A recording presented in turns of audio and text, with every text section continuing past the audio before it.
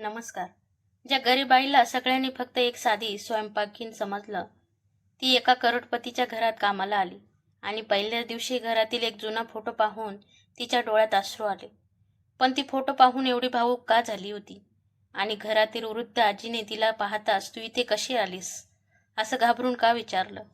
सगळ्यात मोठं रहस्य जेव्हा उघडलं, जेव्हा त्या गरीब स्वयंपाकिनीने करोडपतीच्या मुलाला आपला मुलगा म्हणून हाक मारली. पण 20 वर्षापासून हरवलेली आई जिवंत आहे हे कुणालाच माहीत नव्हतं. अखेर ती आई आपल्या मुलापासून एवढी वर्ष दूर का होती? तिच्या मागे कोणाचं षडयंत्र होतं? आणि सत्य समोर आल्यानंतर या करोडपती कुटुंबात काय वादळ आलं? ही थरारक आणि हृदयस्पर्शी कथा शेवटपर्यंत नक्की ऐका, कारण शेवटचा खुलासा तुम्हाला नक्कीच भावूक करेल. शहराच्या मध्यभागी एक प्रचंड मोठा बंगला होता. बंगल्याच्या गेटवर 2 सुरक्षा रक्षक, अंगणात महागड्या गाड्या आणि मोठी बाग. घरात सतत नोकरांची लगबग. या घराचा मालक होता विक्रम सावंत, शहरातील मोठा उद्योगपती. त्याच्याकडे पैसा होता, प्रतिष्ठा होती, मोठं साम्राज्य होतं. पण त्याच्या घरात एक गोष्ट नव्हती, शांतता. घरात प्रत्येक माणूस दुसऱ्यापासून काहीतरी लपवत होता. विक्रमची पत्नी माधवी, मुलगा अभिजित, सून नेहा आणि विक्रमची वृद्ध आई सरला देवी. सगळे एकाच घरात राहत होते, पण प्रत्येकाच्या मनात वेगळीच गोष्ट होती. त्या सकाळी बंगल्याच्या गेटवर एका साध्या कपड्यातील गरीब महिला येऊन उभी राहिली. अंगावर साधी फिकट साडी, हातात काहीही नाही, पाया जुन्या चपला, चेहरा थकलेला. ती सुरक्षा रक्षकाला म्हणाली, "साहेब, घरात स्वयंपाकाचं काम मिळेल का?" रक्षकाने तिच्याकडे वरपासून खालपर्यंत पाहिलं. "इथे आधीच बाई आहे, मला कुठलंसही काम द्या. भांडी, साफसफाई, स्वयंपाक काहीही करेन." "तुझं नाव?" "माया." "कुठून आलीस?" माया थोडी थांबली. "जिथे राहायचं होतं तिथून निघून आले." रक्षकाला तिचं उत्तर विचित्र वाटलं. तेवढ्यात घरातील व्यवस्थापक बाहेर आला. मायाने त्याच्याकडे हात जोडले. "मला कामाची गरज आहे." व्यवस्थापकाने विचारलं, "स्वयंपाक येतो?" "हो." "काय काय बनवता येतं?" माया शांतपणे म्हणाली. "घरातल्या माणसांना काय आवडतं ते ओळखून स्वयंपाक करता येतो." व्यवस्थापक हसला. "हे काय उत्तर झालं?" माया म्हणाली, "स्वयंपाक फक्त पदार्थ बनवण्याचं काम नाही साहेब, घरातील माणसांचं मन समजून घेण्याचं काम आहे." व्यवस्थापक काही क्षण तिच्याकडे पाहत राहिला. घरातील स्वयंपाकीण 2 दिवसांपासून आजारी होती, त्यामुळे त्याने मायाला काम दिलं. "ठीक आहे, आजपासून काम कर." माया पहिल्याच दिवशी स्वयंपाकघरात गेली. तिने स्वयंपाकघरातील प्रत्येक वस्तू पाहिली. मग अचानक ती थांबली. तिची नजर एका छोट्या फोटोवर गेली. तो फोटो होता स्वयंपाकघराच्या कोपऱ्यात ठेवलेला. फोटोमध्ये एक लहान मुलगा होता. माया त्या फोटोसमोर उभी राहिली. तिच्या डोळ्यात अचानक अश्रू आले. तिने हात पुढे केला, पण फोटोला स्पर्श करण्याआधीच मागून आवाज आला, "ए, तू त्या फोटोला हात लावू नकोस." माया दचकली. नेहा तिच्यासमोर उभी होती. "तुला काम करायला ठेवलं आहे, घरातल्या वस्तूंना हात लावायचा नाही." मायाने मान खाली घातली. "माफ करा." नेहा निघून गेली. माया पुन्हा फोटोच्या दिशेने पाहू लागली. हळू आवाजात ती म्हणाली, "माझ्या लेकरा, तू एवढा मोठा झालास." दुपारी अभिजित ऑफिसमधून घरी आला. तो थेट स्वयंपाकघरात गेला. मायाने त्याच्यासाठी जेवण वाढलं. अभिजितने पहिला घास घेतला. तो अचानक थांबला. "हा पदार्थ कोणी केला?" नेहा म्हणाली, "नवीन बाईने." अभिजितने पुन्हा भाजी चाखली. त्याच्या चेहऱ्यावर जुन्या आठवणी उमटल्या. "ही चव." माया दारामागे उभी होती. अभिजित म्हणाला, "माझी आई अगदी अशीच भाजी बनवायची." मायाच्या डोळ्यातून अश्रू ओघळले, पण तिने चेहरा लपवला. रात्री घरातील सगळे झोपले. माया मात्र स्वयंपाकघरात एकटी बसली होती. तिच्या हातात एक छोटासा फोटो होता. फोटोमध्ये तोच लहान मुलगा होता. ती फोटोला पाहून हळू आवाजात म्हणाली, "अभिजित, मी तुला सोडलं नव्हतं रे." अचानक मागून आवाज आला, "काय म्हणालात?" माया दचकले. समोर सरला देवी उभ्या होत्या, विक्रमची आई. वृद्ध सरला देवी मायाकडे एकटक पाहत होत्या. मग अचानक त्यांच्या चेहऱ्याचा रंग बदलला. त्या थरथरत्या आवाजात म्हणाल्या, तू इथे कशी आलीस? मायाच्या हातातून फोटो खाली पडला आणि सरला देवींच्या डोळ्यात भीती दिसू लागली. पण त्या मायाला ओळखत होत्या. माया काहीच बोलली नाही. सरला देवी तिच्या जवळ आल्या. तू कोण आहेस? माया शांत राहिली. मी तुला आधी कुठेतरी पाहिलंय, माया म्हणाली. कदाचित तुम्हाला गैरसमज झाला असेल. सरला देवी तिच्या चेहऱ्याकडे बारकाईने पाहत होत्या. नाही. त्यांच्या आवाजात भीती होती. तुझा आवाज, तुझं बोलणं. मायाने नजर खाली केली. मी गरीब बाई आहे आईसाहेब. मला फक्त काम हवं आहे. सरला देवी काही बोलल्या नाहीत. पण त्या रात्रभर झोपू शकल्या नाहीत. सकाळी त्यांनी विक्रमला बोलवलं. घरातली नवीन बाई लगेच काढून टाक. विक्रम आचार्याने म्हणाला, का? मला ती आवडत नाही. आई, ती काम चांगले करते. मला कारण विचारू नकोस. विक्रमने पहिल्यांदा आईच्या चेहऱ्यावर अशी भीती पाहिली. तुम्हाला तिच्याबद्दल काही माहीत आहे का? सरला देवी गप्प राहिल्या. दरम्यान मायाने स्वयंपाकघरात काम सुरू ठेवलं. पण तिला जाणवत होतं की घरातील प्रत्येक माणूस काहीतरी लपवत आहे. विशेषतः विक्रम. तो तिला पाहिलं की अस्वस्थ व्हायचा. एक दिवस मायाने त्याला विचारलं, साहेब, तुम्ही मला आधी पाहिलं आहे का? विक्रमने तिच्याकडे पाहिलं. नाही. खरं? हो. माया शांत झाली. पण विक्रमच्या कपाळावर घाम आला होता. त्या रात्री माया घराच्या मागच्या बागेत गेली. विक्रम तिथे आधीच उभा होता. तो फोनवर बोलत होता. ती इथे आली आहे. समोरून कुणीतरी काहीतरी बोललं. विक्रम म्हणाला, मला माहीत आहे. माया झाडामागे उभी राहून ऐकत होती. विक्रम पुढे म्हणाला, जर तिने सत्य सांगितलं तर 20 वर्ष आपण लपवलेलं सगळं बाहेर येईल. मायाच्या चेहऱ्यावर गंभीर भाव आला. 20 वर्षापूर्वी काय घडलं होतं? दुसऱ्या दिवशी अभिजितच्या खोलीत अचानक आग लागली. सगळे घाबरले. अभिजित आत अडकला होता. धूर भरत होता. नेहा किंचाळत होती. अभिजित. कोणीही आत जाण्याची हिंमत करत नव्हतं. तेवढ्यात माया धावत आत गेली. तिने अभिजितला बाहेर आणलं. सगळे तिच्याकडे पाहत राहिले. अभिजितने शुद्धीवर येताच तिचा हात पकडला. तुम्ही माझा जीव वाचवला. माया त्याच्या डोक्यावर हात ठेवत म्हणाली, आई आपल्या मुलाला कसं मरू देईल? सगळे थक्क झाले. अभिजितने तिच्याकडे पाहिलं. तुम्ही मला मुलगा का म्हणालात? मायाच्या चेहऱ्यावर भीती उमटली. ती लगेच तिथून निघून गेली. पण सरला देवींच्या चेहऱ्यावर आता स्पष्ट होतं. त्यांना मायाचं खरं रूप माहीत होतं. रात्री सरला देवी मायाला एकटी भेटल्या. तू माझ्या घरात का आलीस? माया म्हणाली, माझ्या मुलासाठी. सरला देवींचे हात थरथरले. तुझा मुलगा? माया त्यांच्या डोळ्यात पाहत म्हणाली, अभिजित. सरला देवींच्या डोळ्यात अश्रू आले. तू खरंच जिवंत आहेस? माया हळू आवाजात म्हणाली, हो. सरला देवी भिंतीला टेकल्या. पण 20 वर्षापूर्वी मला मरण पावले असल्याचं सांगितलं गेलं. सरला देवींच्या डोळ्यात अपराधीपणा होता. 20 वर्षापूर्वी मायाचं नाव माधुरी होतं. ती विक्रमची पत्नी होती. अभिजित तेव्हा फक्त 4 वर्षाचा होता. विक्रमच्या व्यवसायात मोठं संकट आलं होतं. घरात पैशांची कमतरता होती. माधुरीने आपल्या दागिन्यांपासून ते घरातील वस्तूंपर्यंत सगळं विकून विक्रमला मदत केली होती. पण विक्रमच्या मनात वेगळाच विचार सुरू झाला. त्याला एका श्रीमंत कुटुंबातील मुलीशी लग्न करण्याची संधी मिळाली होती. त्या बदल्यात त्याला मोठं व्यावसायिक साम्राज्य मिळणार होतं. पण एक अडचण होती. माधुरी. माधुरीला काहीतरी संशय आला. एक दिवस तिने विक्रमला एका अनोळखी स्त्रीसोबत पाहिलं.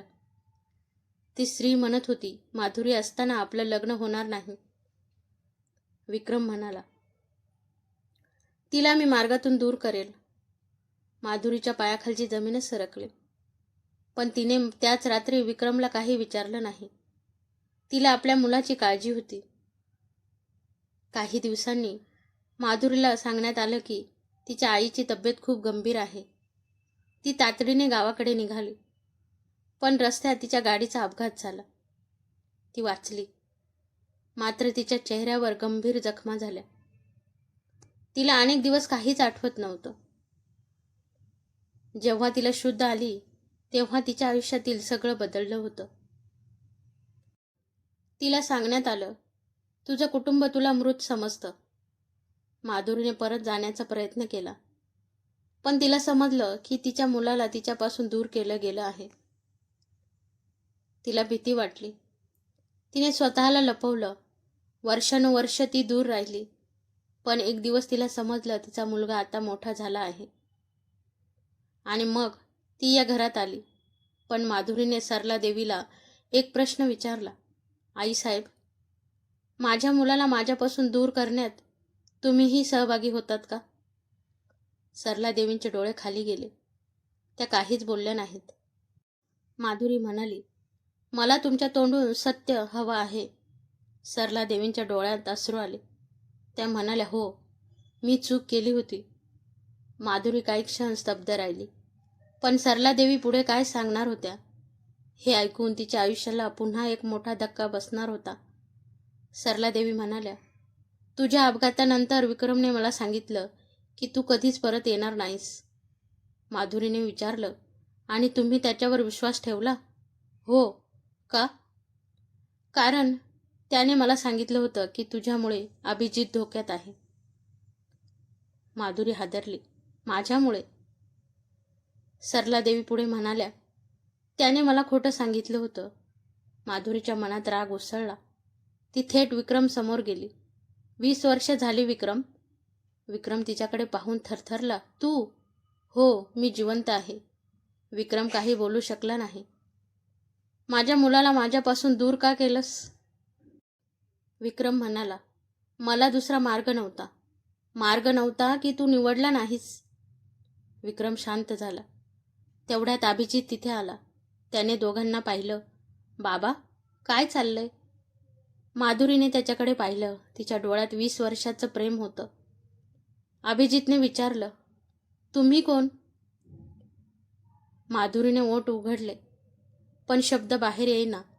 विक्रम घाबरून म्हणाला, ही फक्त घरात काम करणारी बाई आहे. अभिजितने मायाकडे पाहिलं. त्याला तिच्या चेहऱ्यावर काहीतरी ओळखीचं दिसत होतं. तुम्ही माझ्याकडे अशा का पाहता? माधुरीच्या डोळ्यात अश्रू आले.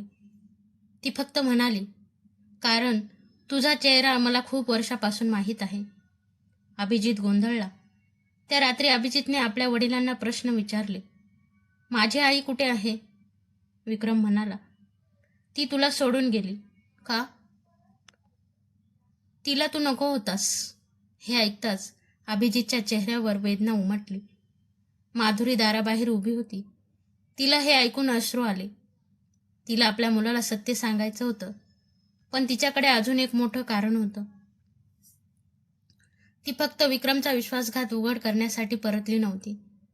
तिला भीती होती की अभिजितचा जीव सुद्धा धोक्यात आहे. अभिजितचा व्यवसाय अचानक खूप वेगाने वाढत होता. त्याने वडिलांच्या कंपनीत काही बदल केले होते. काही जुन्या व्यवहारांची चौकशी सुरू केली होती. यामुळे काही लोक अस्वस्थ झाले होते. एका रात्री अभिजितला ऑफिसमधून परतताना गाडीचा ब्रेक फेल झाला. गाडी वेगाने खाली उतरत होती. अभिजित घाबरला. तेवढ्यात रस्त्यावरून जाणाऱ्या मायाने त्याला पाहिलं. ती धावत आली. गाडी एका झाडावर आदळण्याआधी तिने अभिजितला बाहेर काढलं. अभिजित तिच्याकडे पाहत म्हणाला, तुम्ही पुन्हा माझा जीव वाचवला? माया काही बोलली नाही.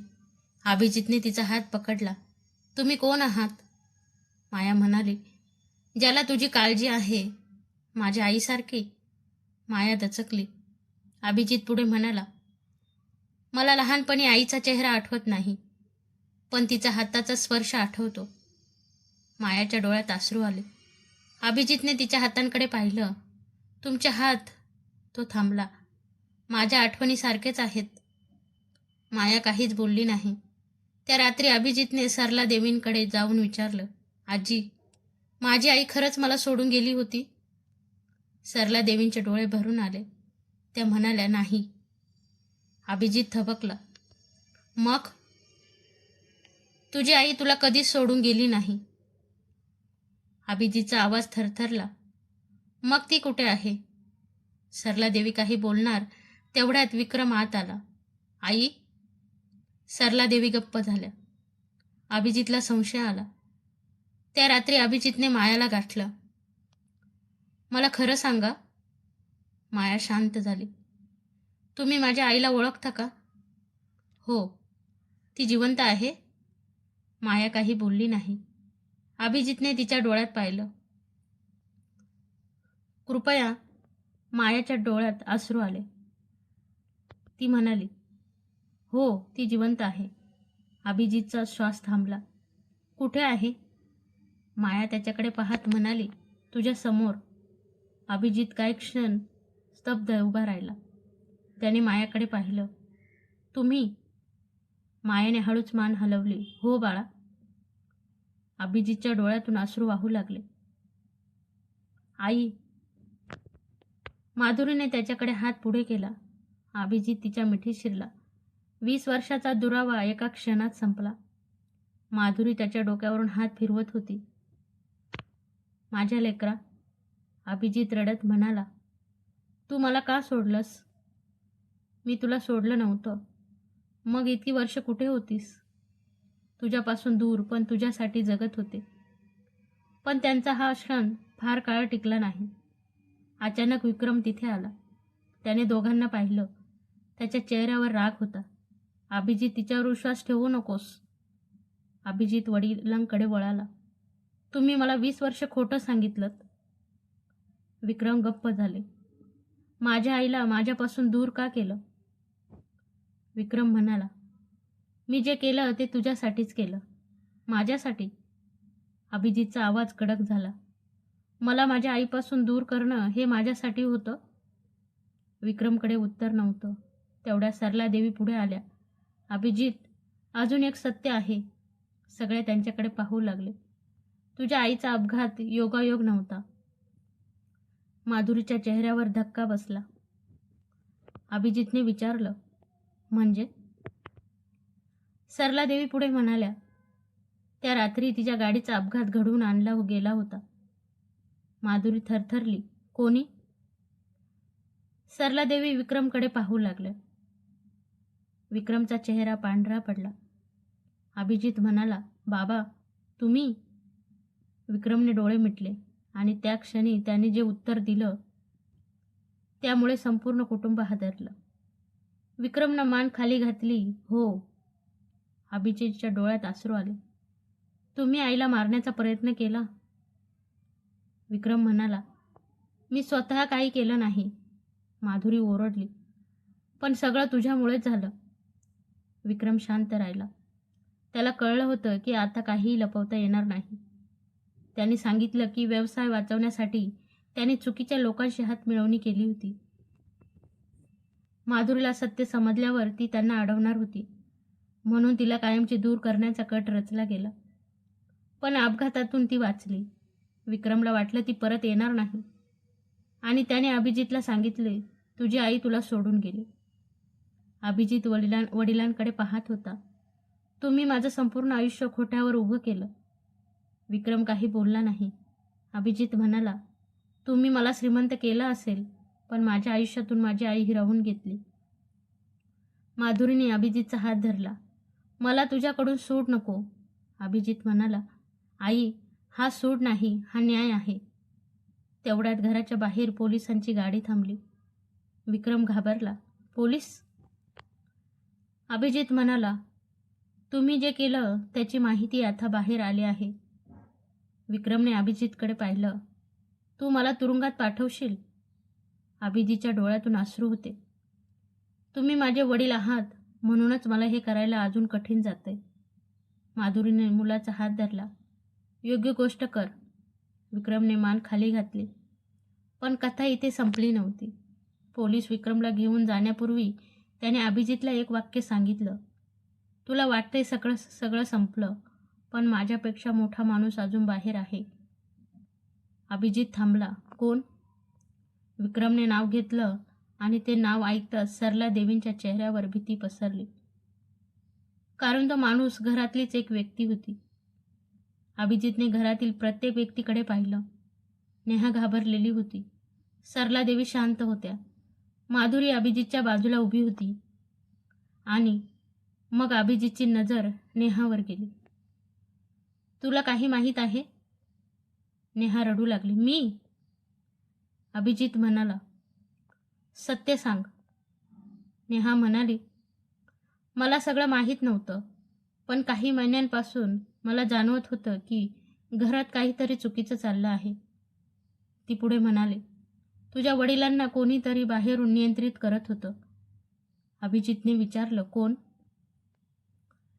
नेहा पुढे म्हणाली, तुझा काका. सगळे स्तब्ध झाले. अभिजितला आता समजलं की विक्रमने अनेक वर्ष ज्या माणसावर विश्वास ठेवला होता त्यानेच त्याच्या व्यवसायावर नियंत्रण मिळवण्यासाठी हे सगळं घडवलं होतं. माधुरीला दूर करणं, व्यवसायातील गैरव्यवहार, अभिजितच्या गाडीचा अपघात, सगळ्यामागे एकच माणूस होता, विक्रमचा सक्का भाऊ.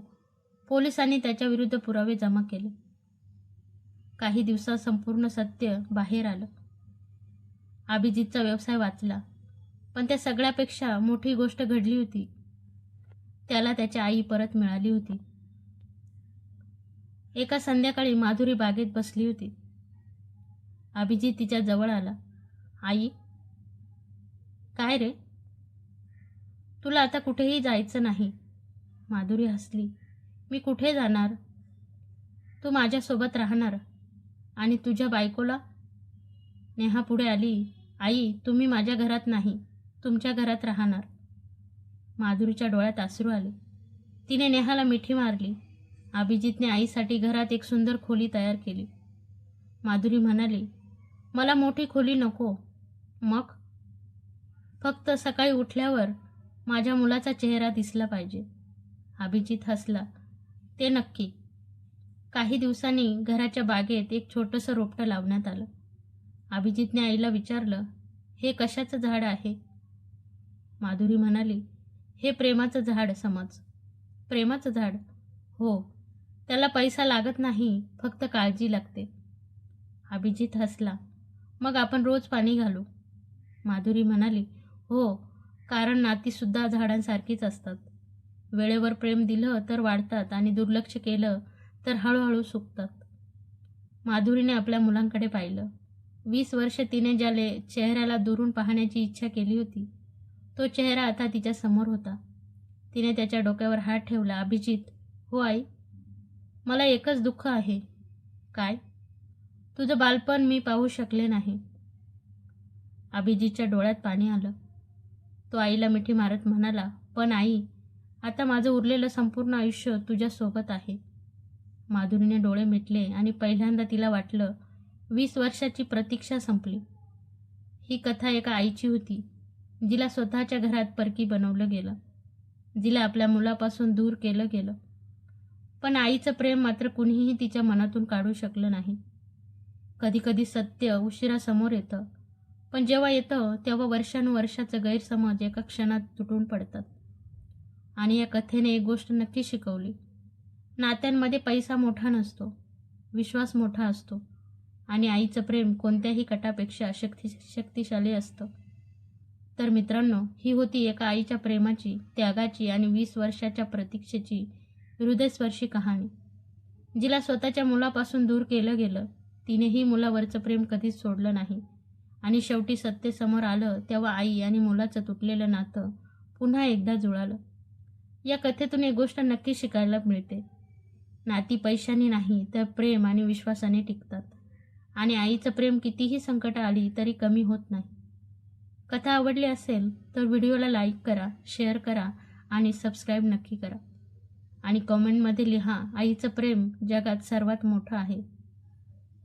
पुन्हा भेटूया एका नव्या भावनिक आणि रहस्यमय मराठी कथेसोबत. धन्यवाद.